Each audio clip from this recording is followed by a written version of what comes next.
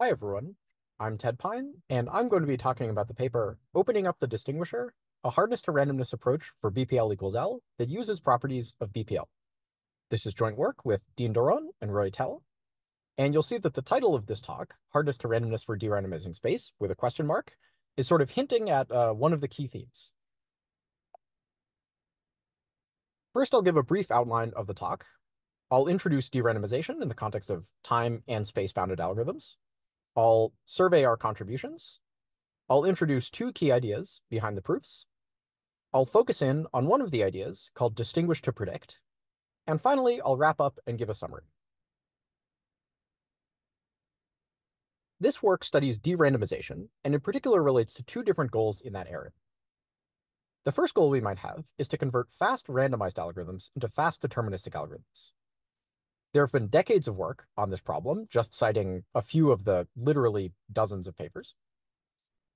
And arguably the central lens that's used to study this question is something called the hardness to randomness paradigm, which I will abbreviate to H2R. At the same time, there have been decades of work trying to convert low space randomized algorithms into low space deterministic algorithms. Again, just citing some of the very many papers. But here, the central lens, I think, is best given to us by the slogan of a large multinational corporation located south of STOC, notably Just Do It from Nike. So in order to explain what just happened on the last slide, I'll give a 10,000 foot view of what the hardness to randomness paradigm means. So we can consider the following assumption. Assume that there's some problem that we can solve in time 2 to the n, which I'll call E, or sort of linear exponential time, that's hard for circuits of size 2 to the epsilon n for some constant epsilon. So say 2 to the n over 1,000. If that holds, these works of Nissan, Vigderson, and Impagliazzo showed that we have P equals BPP. So in particular, every polynomial time randomized algorithm can be converted into a polynomial time deterministic algorithm. This assumption seems plausible to me, but one small problem is that so far it has done a good job resisting being proved. In particular, it's been open for half a century now to prove that non-deterministic linear x, so non-deterministic 2 to the n time, is hard for circuits even of size 10n. So not 2 to the n over 10, just 10n. Even worse, there's been a line of work that has shown that if you manage to actually prove P equals BPP, maybe with a promise added, which is a distinction which I will not consistently make for the rest of the talk. If you manage to prove that, you've actually already proved a circuit lower bound, and in fact, one that seems out of reach. So maybe one response is to make like Monty Python and run away. Now that we've finished running away, let's talk about the goal of de-randomizing space-bounded algorithms. Via this very cool result of Sachs and Zhou, recently improved by Hosa, we have that for every randomized log space algorithm, which is the class of problem solvable we denote BPL, there is a deterministic algorithm which takes roughly log to the 3/2 n space minus a little factor that solves the same problem. So in particular, this is an unconditional result. There's no hardness assumption required. And in fact, not just considering the frontier of de-randomizing BPL, there's been an incredible amount of recent unconditional work studying relaxations of this model, extensions of this model, etc. On the other hand, if we consider the works that have applied the hardness to randomness paradigm for de-randomizing space, which seems like naively a natural combination, there's significantly less work, seemingly something like once per decade, although I may have missed a reference. The key contribution of our paper is to unify these two approaches. We show that we can de-randomize space-bounded algorithms from lower bounds that we could hope to actually prove. And we do this by showing that the hardness to randomness paradigm can exploit special features of space-bounded algorithms. So now we'll talk a little bit about the question of applying hardness to randomness for space. So recall that if time 2 to the n is hard for circuits of size 2 to the epsilon n, then we've proved P equals BPP. We can strengthen this assumption to say that linear space, which is included in time 2 to the n, is hard for the same class, circuits of size 2 to the 0.1 n, say. And by this work of Clivens and Van Miltenbeek, we have that this is sufficient to de-randomize BPL. So convert every randomized log space algorithm into a deterministic log space algorithm. Unfortunately, we've ended up making a stronger assumption than for de-randomizing BPP. And this is for de-randomizing a class where we have tons of exciting unconditional results. So it's not clear if this is the right approach. One can think of this maybe as useful evidence that L equals BPL, but not necessarily a viable strategy. So why do we have this state of affairs? First, there's been an incredible amount of unconditional work, making recent progress, and seeming like there are many active lines of attack. Maybe we could hope to prove BPL equals L unconditionally. And in fact, there was a quote that recent progress in the realm of space-bounded computation gives promise that an answer to BPL equals L may be in sight. But unfortunately, this quote is now 28 years old, and we still haven't done it yet. But maybe we will sometime soon. And the second, perhaps more important reason was that the hardness to randomness paradigm seemed to need circuit lower bounds, which in the context of de-randomizing BPL, where we've been making lots of unconditional progress, seems like an inaccessible overkill. One of the reasons for this belief is that there was sort of a concurrent belief that the hardness to randomness paradigm cannot exploit the central weakness of BPL, which is that the target that we're fooling when we're constructing our pseudorandom objects is a read once branching program, which is a very restricted model of computation. There was a recent fantastic survey by Hatami and Hosa on unconditional pseudorandomness that said that the Nissan-Wigderson or hardness to randomness framework is not well suited for the important problem of fooling read once branching programs for essentially this reason. Now I'll talk about our contributions. Our first main result, I'll give by putting in the context of the result of Clivens and Van Miltenbeek. So they said, assume that linear space is hard for circuits of size 2 to the epsilon n. Then randomized space log n is contained in deterministic space order log n.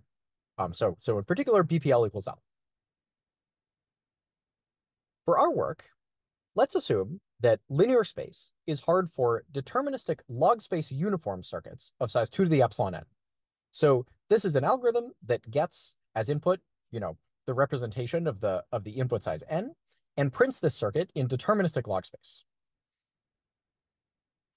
If we assume that, then linear randomized space, so BP space n, is contained in deterministic linear space. So we can de-randomize with only a constant factor below open space complexity, but we only get this de-randomization starting at linear space. The most important aspect of this result, I think, is that this is not a non-uniform circuit lower bound. We're not saying there's a language in linear space that's hard for every circuit of a certain size. We're saying they're hard for circuits that are printed by things that are themselves uniform algorithms. And in particular, a reasonably weak class of uniform algorithms, these deterministic log space uniform algorithms. One way of contextualizing our main result is that one of our favorite lower bound techniques, arguably the most important one, is to diagonalize against things. The required assumption that we need for de-randomization is something like linear space is hard for space 100n uniform circuits of size 2 to the epsilon n. So there's a space 100n algorithm which prints a circuit of size 2 to the epsilon n. So we'll note that the de-randomization assumption that we need involves hardness in space n for space 100n, which means that the only thing standing between actually proving this result via diagonalization is that the lower bound has a constant factor more space to work with. Our second main result is somewhat more complicated to state. So there was a paper of Santhanam and Williams, which can be easily seen to imply something like this. L, so log space, is hard for essentially a class of constant depth circuits with access to a particular C log n space oracle that are of size n to the c, so of some fixed polynomial size. We show that if log space uniform constant depth circuits of shorter depth are hard on 1% of inputs for that exact same class, then we have that BPL can be de-randomized on average into L. So for any epsilon, you have a epsilon average case de-randomization. And so we can see here that the gap from what we need to de-randomize BPL on average to what we currently have is we need to improve the upper bound from log space to log space uniform constant depth circuits of smaller depth. And we need to strengthen it to be average case. So this is a relatively, a seemingly accessible strengthening of a known lower bound implies that BPL equals L on average. Our third main result relates to this question of how efficient de-randomization can actually be. A recent work of Doron and Tell said that if we make some hardness to randomness assumption, which I'm not going to precisely state, and that there exist very explicit cryptographic PRGs, then we can de-randomize randomized space S algorithms into deterministic space 2S plus order log n algorithms. So for large enough space consumption, this is basically a factor of 2 de-randomization overhead in the space complexity. We show that only making their standard hardness to randomness assumption and completely eliminating the assumption that there exist cryptographic PRGs, we can get the same result, de-randomization with a factor of roughly 2. So this is high-end de-randomization from standard, albeit high-end themselves, hardness to randomness assumptions. And this is not known in the context of BPP. And again, the way we get this result is by exploiting special properties of space-bounded algorithms, which the previous work did not know how to exploit. Next, I'll talk about 2 key ideas behind our proof. Our first key technical tool is a targeted pseudorandom generator with a very efficient reconstruction procedure. In particular, in order to achieve this construction, we build list decodable codes with constant depth circuit TC0 decoders, which, moreover, use very few random bits while doing this decoding. This whole construction, and in particular the coding theory section, builds off work of Pine, Raz, and Zhang on certified de-randomization, Chen, Tell, and Williams on de-randomization versus refutation, and this previous work of Doron and Tell on applying hardness to randomness for log space.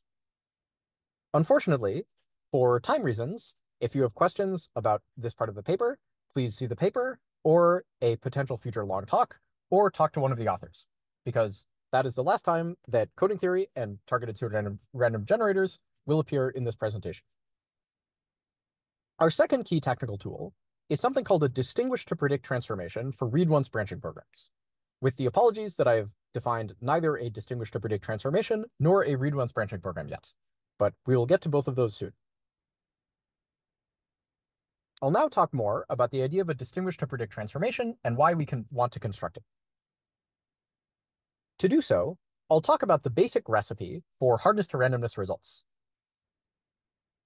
These 2 fundamental papers in the hardness to randomness paradigm constructed a generator, which I'll call NW, which stretches a log n bit seed to an n bit output with the following property. We instantiate the generator with a truth table, f, of length some polynomial in n. If there's some function which takes in n bits and outputs either 0 or 1, successfully distinguishes the output of this generator from true randomness, then there exists a small circuit for that truth table, where that small circuit is given oracle access to our distinguisher D. So in particular, if we have a small distinguisher, then there is a small circuit which computes F.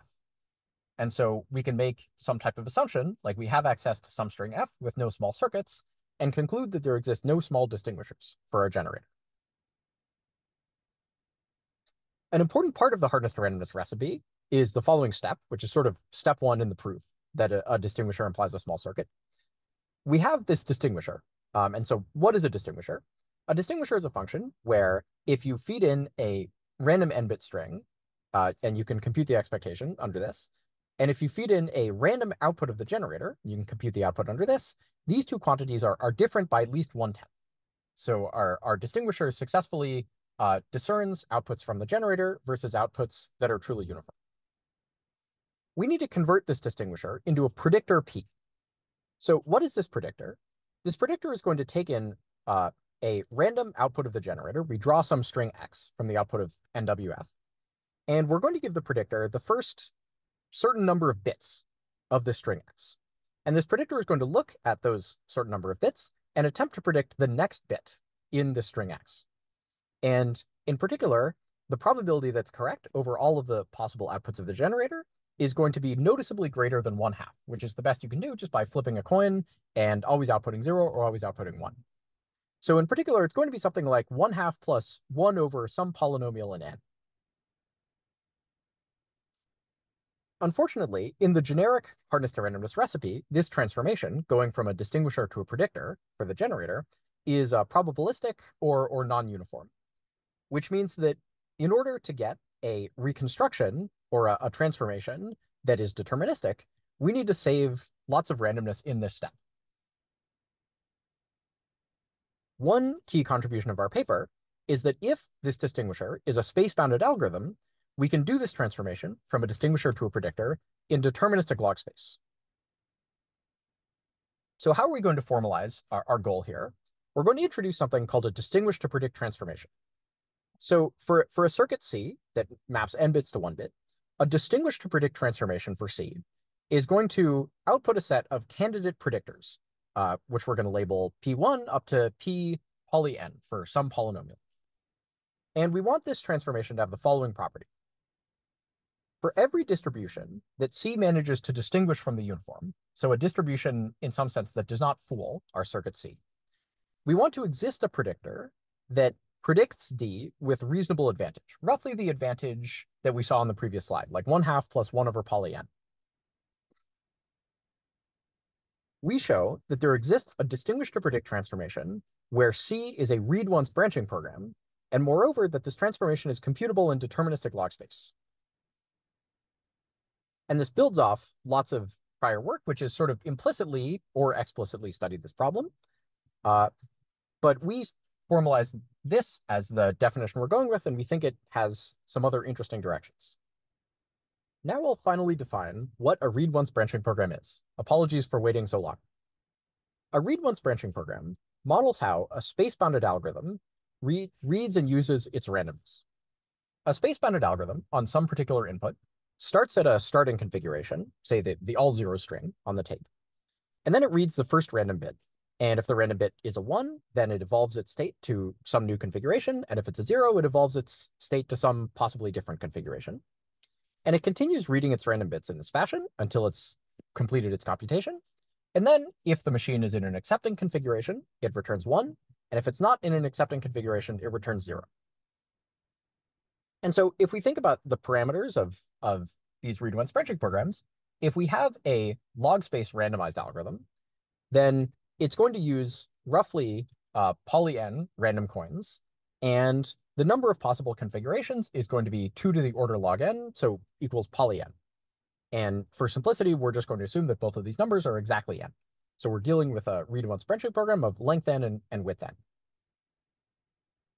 So how do we construct a distinguish to predict transformation for this object? Well, there's a classical work of Yao that says that if the branching program, which I'll denote B, distinguishes some distribution D from the uniform distribution, then there's a previous bit predictor, which is just a next bit predictor, except you get a suffix of the string and attempt to predict, the next previous bit, that is obtained via performing a hybrid argument of the following form.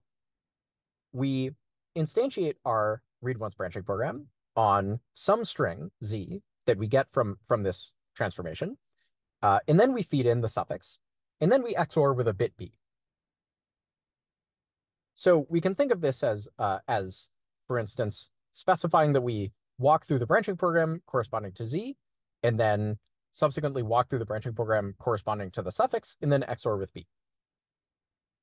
So one problem is that there are exponentially many of these Z's. So this will give you, if we simply print every possible distinguisher of this form, this will give you a distinguish to predict transformation, but with exponentially many candidate predictors, which is not what we want because it'll be too inefficient to verify which predictor is actually the good one. So we can again think of, these arrows filling up our screen. There's too many candidates to possibly test. The key step in our construction is to look at what's going on in this slide. It's a wonderfully simple proof. So we can see that if there are two possible candidate predictors here that reach that correspond to different Z's, and those Z's happen to reach the same state, in whatever layer we're currently trying to predict at, it actually doesn't matter. This function we define, p sub z, is exactly the same function. In particular, it has the same input-output behavior, no matter what string we choose, as long as that string reaches that particular state in the intermediate vertex. And so, in particular, rather than enumerating over all of the candidate z's, we can enumerate over all of the possible candidate intermediate states. And because the number of intermediate states is something like poly n, so length times width, this means that we get a distinguish to predict transformation, because if there is a good predictor via this argument of Yao, there has to be some good z. That z reaches some intermediate state, and that intermediate state is included in our transformation. So we end up essentially exponentially decreasing the number of candidate predictors while still maintaining security. One question, given the particularly simple nature of this proof, is this concept useful and applicable in other contexts? In some follow-up work, which is not yet public, but hopefully will be soon, we show that in other contexts, we can construct useful distinguish to predict transformations. And using these transformations, we get things like NL equals UL, so non-deterministic log space versus unambiguous log space, from weaker assumptions, which are morally comparable to the ones which were stated in the earlier part of this talk. And that de-randomization, so solving this cap problem, estimating the acceptance probability of a circuit, implies targeted PRGs in catalytic log space. And unfortunately, because I don't have time, I won't explain the sentence, but if you want to learn about it, please talk to us. And so finally, just as a wrap up, there was perhaps a caricature, but a prior belief that hardness to randomness isn't the right lens for de-randomizing space. Our work says that maybe this belief is not entirely correct, and we can de-randomize space from lower bounds against uniform deterministic algorithms, which we could maybe hope to actually prove. So thank you, and I'll be happy to take questions.